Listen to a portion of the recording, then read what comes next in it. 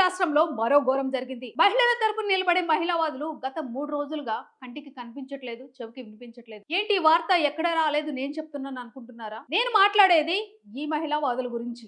ఈవిడ, ఈవిడ, ఈవిడ. వీళ్ళ గురించి ఎందుకు మాట్లాడుతున్నానంటే రాష్ట్రంలో మహిళలకి ఏ అన్యాయం జరిగినా మేమున్నాము అని చెప్పి గొంతు చించుకుని రోడ్ల మీదకి వచ్చే వీళ్ళతో పాటు ఇంకా కొంతమంది ఉన్నారు. గత 3 రోజులుగా నోరు విప్పితే ఒట్టు. ఎందుకని? ఇకపోతే మన పేద మాజీ కార్పొరేటర్ గారు ఆకుల శ్రీవాణి గారు. ఈవిడ పేద ఏంటో అని అనుకుంటున్నానా? అది నేను చెప్పింది కాదు, ఆవిడే చెప్పింది. 50 లక్షల కారులో ఒక స్టీల్ క్యారేజ్‌లో చద్దన్నం పెట్టుకుని వెళ్ళే పేద కార్యకర్త. రోడ్డు పక్కన రూ. 10కి చెరుకు రసం అమ్ముకునే నిరుపేద కార్యకర్త. చెరుకు రసం అమ్ముకోవడానికి స్టీల్ క్యారేజ్‌లో పెరుగన్నం పెట్టుకుని ఒక కాస్ట్‌లీ కార్‌లో తిరిగే ఒక పేద బీజేపీ కార్యకర్త ఈవిడ. ఇకపోతే మౌనిక సుంకర గారు. ఈవిడ స్పెషాలిటీ ఏంటిదంటే అక్కడ ఏదైనా ఇష్యూ జరుగుతున్నప్పుడు ఆ ఇష్యూలో ముస్లిం జోక్యం ఉంటేనే బయటకొస్తారు. మిగతా ఎట్టి పరిస్థితుల్లోనూ ఈవిడ రాదు. కావాలంటే చెక్ చేసుకోండి. ముస్లింలు ఎవరైనా ఒక విషయంలో ఉంటే వాళ్ళొచ్చి లవ్ జిహాద్ చేస్తున్నారని చెప్పేసి అంటారు. అంటే నువ్వు ఇప్పుడు ముస్లింలకి సపోర్ట్ అంటే నేను సపోర్ట్ కాదు. ఈవిడ చెప్పే విషయాలు మాత్రమే నేను చెప్తున్నాను. పైగా వీళ్ళిద్దరూ ఏదైతే గత 3 రోజులుగా బండి భగీరథ్ కేసు నడుస్తుందో ఆ కేసు గురించి ఒక ఆవిడ వీళ్ళిద్దరికి కాల్ చేస్తే వాళ్ళు చెప్పిన సమాధానం ఏంటో ఒకసారి వినండి.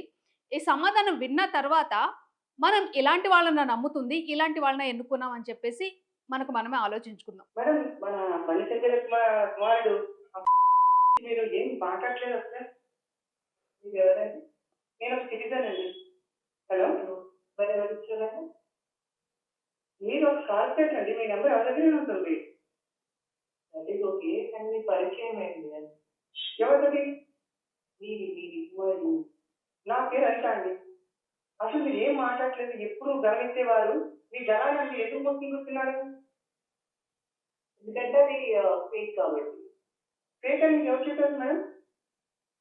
మీకు రియల్ అని ఎవరు చెప్పారు? పోలీసులు. మీరు ఏ పోలీస్ చెప్పారు మీకు? అది ఎక్కడ కేసో అక్కడ న్యూస్ విన్నాక చూశాక అది క్లీన్గా తెలుస్తున్నప్పుడు మీరు గమనించకుండా అదే వేరే వాళ్ళు ఎవరు చేసినా మీరు రోడ్డుకి ఎంత అలాగే చేస్తారండి? అటువంటి మీ పార్టీ ఇస్తానా నేను నాకు అర్థం కాలేదు. మీలాంటి వాళ్ళు కదా మౌనంగా ఉండొచ్చండి. మీ మీరు ఏం చేస్తారండి? నేనేం చేస్తానో పక్కన పెట్టండి. నేను అడిగింది ఒక అన్యాయం జరిగింది, అమ్మాయికి న్యాయం చేయగలని అడుగుతున్నాను. మీరు ఎవరండి? నా పేరు అనిత అండి. మీ పరిచయం ఏంటి? మీ ప్రొఫైల్ ఏంటి? ఏమన్నా మీడియా అయితే ఇంటర్వ్యూ. నేను మీడియా కాదు మేడం, నేను మీడియా మాత్రం కాదు. అట్లయితే ఎవరైనా జర్నలిస్ట్ పంపించి ఇంటర్వ్యూ. అంతేగాని మీరు ప్రజలకు ఏం చెప్పమాట అయితే. అదే కదా, ఇంటర్వ్యూ ఇచ్చినప్పుడు ప్రజలకే వెళ్తుంది కదా. నేను ఒక ప్రజలు ఒక మనిషిని కదండి, నేను పర్సనల్గా అడుగుతున్నాను. దానికోసం ఏముంది చెప్పడానికి? అంటే ఇంటర్వ్యూ పంపించండి ఆ విషయం. మీరు ఇంటర్వ్యూ ఇవ్వడం ఏంటండి? జరిగిన అన్యాయం బయటకు వచ్చి మాట్లాడరా మీరు? పార్టీ లైన్ ఫాలో అవ్వాలి కదండి. ఇంటర్వ్యూ అంటే పార్టీలో ఎవరు తప్పు చేసినా మనం సమర్థించుకోవాలి, బయట వాళ్ళు ఎవరైనా చేస్తే మనం ప్రొటెక్ట్ కాదు. అంతేనా మీ లైనప్? మీరు మీకు అట్లా అర్థమైతే నేనేం చేయాలి? అర్థమైతే ఏంటి మేడం?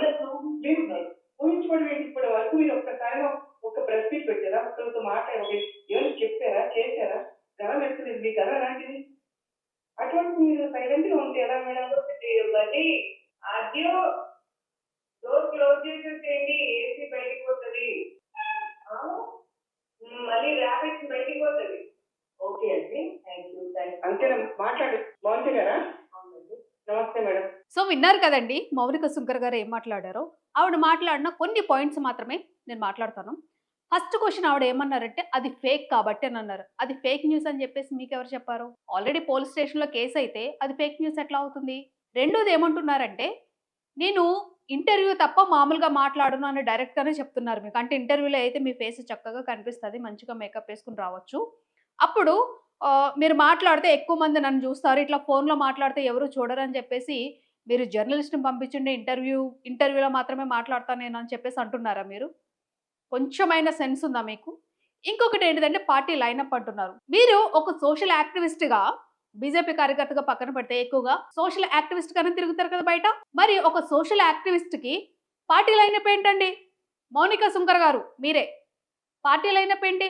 అంటే మీ పార్టీలో ఎవడు ఏం చేసినా సరే పార్టీ వాళ్ళు మాట్లాడమంటేనే మాట్లాడతారు. లేకపోతే మీకు గదిలో నుంచి ఏసీ వెళ్లకుండా డోర్లు మూసుకుని ఉండాలి. మీ ఇంట్లో ర్యాబిట్ ముఖ్యం మీకు. ఒక ఆడపిల్ల జీవితం కంటే మీ ఇంట్లో ఉన్న ఒక కుందేలు పిల్ల ముఖ్యం మీకు. నేను ఏసీ గదుల్లోనే ఉంటాను తప్ప బయటకొచ్చి రోడ్ల మీద మాట్లాడను. ఎప్పుడు మా పార్టీ వాళ్ళు తప్పు చేస్తే. మిగతా వాడు ఎవడు తప్పు చేసినా సరే అది ఎండైనా వానైనా చలైనా నా మేకప్ పోతున్నా సరే పరిగెట్టుకుని వీర నారిలాగా కత్తి పట్టుకుని వచ్చేస్తానని చెప్పేసి చెప్తారనమాట మీరు. ఇకపోతే మన పేద మాజీ కార్పొరేటర్ ఆకుల శ్రీవాణి గారు ధ్యానం చేసుకుంటున్నారు. ఆవిడేం మాటలు మాట్లాడారో ఒకసారి విందాం. నమస్తే శ్రీవాణి గారా? అవునండి. నమస్తే మేడం. హలో, నా పేరు అనిత మేడం. ఓకే. బలిసంజయ్ గారు మీరేం గలవెట్టట్లేదండి. దేని గురించి అండి? బలిసంజయ్ గారు అబ్బాయి కేసులో ఇస్తున్నారు కదా, తప్పు చేశారు కదా. తప్పు చేశారని కన్ఫర్మేషన్ రాలేదు కదండి ఇంకా. మరి ఎదుటి వాళ్ళు చేశారు అని తెలియగానే మీరు రోడ్డుకి హడావుడి చేస్తారు కదా. ఇప్పుడు అంతా కేసు కూడా కాంట్రవర్సీ కోసం నాకు ఫోన్ చేశారా? ఏమైనా సమస్య చెప్పడానికి ఫోన్ చేశారా? మీరు గలవెట్టలేదు, బాధ కలిగి చేశారండి. ఒకవేళ మీరు నిజంగా బాధ కలిగి ఉంటే మీరు ఒకటి ఆలోచించండి. చెప్పండి. మనం ఏదో పొలిటికల్ గా మాట్లాడతాం కాబట్టి, కానీ అక్కడ ఆ అమ్మాయి జీవితం కూడా ఉంది కదండి. పాపం ఒక అమ్మాయి గురించి కూడా ఆలోచించాలి కదండి. అవునండి. ఏది లేనప్పుడు, ఏది తెలియనప్పుడు లా అండ్ ఆర్డర్ తన పని చేసుకుంటూ పోతుందండి. ఒకవేళ తప్పు చేశారని తప్పు చేసిన వాళ్ళకి శిక్ష డెఫినెట్ గా పడాలి. సామాన్య ప్రజలకు కానీ, రాజకీయ నాయకులకు కానీ, బిజినెస్ మెన్ కి కానీ, ఎవరికైనా సరే తప్పు చేసిన వాళ్ళకి శిక్ష పడాల్సిందే. కానీ ఏది తెలియకుండా కేవలం మీడియా ట్రయల్స్ లో ఉన్నప్పుడు, పొలిటికల్ ఎజెండాస్ నడుస్తున్నప్పుడు మనలాంటి వాళ్ళం అందులోకి పోతే అక్కడ ఇద్దరు కుటుంబాలు, సరే అబ్బాయిని పక్కన పెడితే అమ్మాయి కుటుంబం కూడా సఫర్ అవుతుంది. కాబట్టి ఒక మహిళగా గౌరవంతో నేను ఈ విషయంలో మాట్లాడాను. ఒక అమ్మాయి అవసరం ఉన్నప్పుడు ఇంకొకటండి, మీరు నా ఫోన్ రికార్డింగ్ చేసుకుంటూ నా కోసం ఏదో నన్ను ఇబ్బంది పెట్టాలని చెప్పి మీరు నిజంగా సొసైటీ మీద ప్రేమ ఉంటే, సొసైటీ మీద number of things to speak about. Not only this things. మీరు దీన్ని ఇష్యూస్ ని పెద్దగా చేయకండి. ఒక సాధారణ మధ్యతరగతి అమ్మాయికి జరిగిన అన్యాయం జరిగితే ఒక సాధారణ మధ్యతరగతి అమ్మాయికి అన్యాయం జరిగితే సో మన పేద కార్పొరేటర్ గారు ఏమన్నారో విన్నారు కదండి. ఈ విషయం అంట పాలిటిక్స్ గా చేస్తున్నారంట. అక్కడ అసలు తప్పే జరగలేదంటున్నారు. ఏం మాట్లాడుతున్నావమ్మా నువ్వు? ఇప్పుడు ఈ ఫోన్ కాల్లో ఈవిడ ఒక ఆడపిల్ల కాబట్టి ఆడపిల్ల జీవితాన్ని రోడ్డు మీదకి లాక్కూడదు అన్న ఈవిడే ఇంకొక వీడియోలో ఆ అమ్మాయి కూడా బయటికి వెళ్ళింది కదా, భగీరథ్ని భగి అని పిలిచేంత సన్నిహితం ఉంది కదా వాళ్ళ ఫ్యామిలీకి. అప్పుడు తెలియలేదా వాళ్ళ ఫ్యామిలీకి పోక్సో కేసు పెట్టాలని? ఆ అమ్మాయితో పాటు తిరిగి ఈ అరుణాచలం పబ్బులకి పార్టీలకి వెళ్ళినప్పుడు అప్పుడు వాళ్ళ పేరెంట్స్కి తెలియలేదా పెట్టాలని చెప్పేసి నీతులు చెప్పావు కదమ్మా ఇంకొక వీడియోలో. ఆ వీడియో కూడా ప్లే చేస్తాను. మరి ఇప్పుడు ఆ అమ్మాయి జీవితాన్ని బయట పెట్టడం ఎందుకు అని చెప్పేసి శుద్ధపూస కబుర్లు ఎందుకు చెప్తున్నావు? ఆ హెడ్లైన్స్ పెట్టింది అందుకే, ఎక్కడున్నారు బీజేపీ శుద్ధపూసలని. ఈ విషయాన్ని మాట్లాడరు మీరు, ఎందుకంటే మీరు బీజేపీ కార్యకర్త కాబట్టి మాట్లాడరు. ఇంకొకటి ఏమంటున్నారు, నేను మహిళల తరపున ఉంటున్నాను అని అంటున్నారు. మరి వేరే పార్టీకి చెందిన వాళ్ళు కానీ, వేరే సోషల్ యాక్టివిస్టులు కానీ అందులో ఆడవాళ్ళు మాట్లాడుతున్నారు కదా. మరి అందరూ మాట్లాడుతున్నప్పుడు మీకు మాత్రం ఎందుకు తప్పు అనిపిస్తుంది? ఎందుకంటే అది మీ ఫ్యామిలీ అనా? నేను ఇక్కడ బీజేపీ పార్టీని కానీ లేకపోతే బీజేపీ పెద్దలు కానీ ఏమనట్లేదు. వాళ్ళు చేసే పనులు మాత్రమే, పార్టీ పేరు చెప్పుకుని వాళ్ళ పనులు చేసే పనులు మాత్రమే అంటున్నారు. ఈమె కూడా ఏమన్నదంటే బీజేపీ పార్టీ లైన్ దాటును అన్నట్టే మాట్లాడింది. ఈ శుంకర మౌనిక కూడా పార్టీ లైన్ ఉంటుంది, దాన్ని దాటి మాట్లాడను అన్నట్టే మాట్లాడింది. ఈవిడ కూడా తప్పు జరిగినా సరే పార్టీ ఏది చెప్తే మేము అదే మాట్లాడతాము అని చెప్పేసి అంటున్నారు. నేను ఒకటే క్వశ్చన్ అడుగుతున్నానండి, ఇద్దరు ఆడవాళ్లే, ఇది మళ్ళీ కాంట్రవర్షియల్ వెళ్తుందేమో, బట్ మీరు కూడా ఆడవాళ్లే. రేపన్న రోజు మన ఇంట్లో మన ఆడపిల్లకి ఇలాంటిదే జరిగితే మనం ఇలాగే స్పందిస్తామా?